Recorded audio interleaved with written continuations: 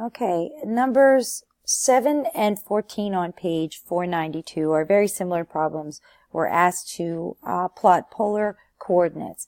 Number 7 are angles given in radians, and number 14, our angle is given in degrees. So I'm going to start with the radian example number 7, and I've given you two different versions of polar graph paper.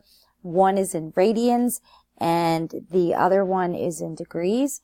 And you can do this on rectangular paper or rectangular grid, but I wanted to give you some experience with polar coordinate graphing paper, which makes graphing very easily. Each one of the circles represents a 1 unit of R, and then of course you move counterclockwise like we do with the unit circle around to find the correct angle.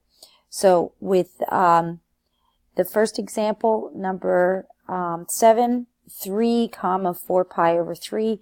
So we would go out 3 circles from along the x-axis as our polar axis, right there, along there.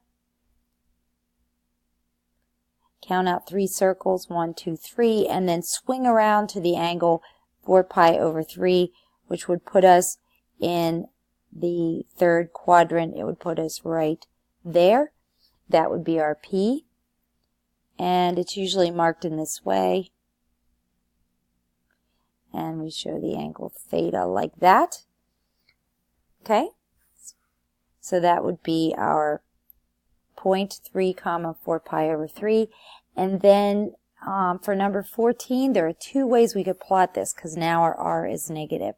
One way would be to move out in the negative direction, 3 units, 3 circles, and then move 135 degrees counterclockwise from there, which would take us to marked on the grid as 315 degrees.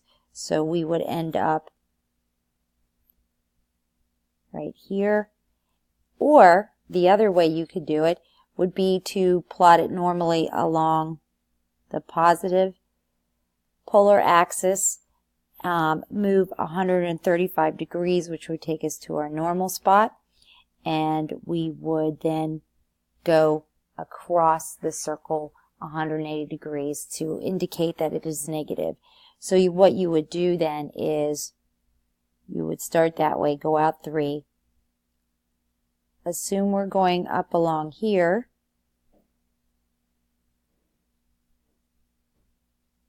and then we would move down to the other side where our point would be, like that. So we would mark it here. This would be our P, and we would show the angle this way as being 135 degrees that way. But either way doing it, we would still end up at the same point.